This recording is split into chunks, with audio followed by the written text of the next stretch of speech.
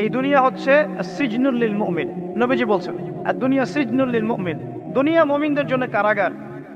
কারাগার মানে যেখানে আমি স্বতন্ত্র স্বাধীন নই। এখানে প্রশাসন অনেক ভাই বোন আছেন, তারা জানেন কারাগার কি জিনিস, আর যারা দুই একবার যাওয়া আসা করেছে ওরা জানে কি জিনিস। এখানে আপনার কোনো ব্যক্তি স্বাধীনতা নাই। আপনি আপনার ইস্তেঞ্জা করবেন, শিশি যেতে পারবেন না, আপনি পারমিশন নিতে হবে, তারা নিয়ে যাবে, তারপরে যেতে পারবেন, তাও হ্যান্ডকাপ পরিয়ে। দুনিয়া সিজনুল লিল মুমিন, দুনিয়া মুমিনদের কারাগার।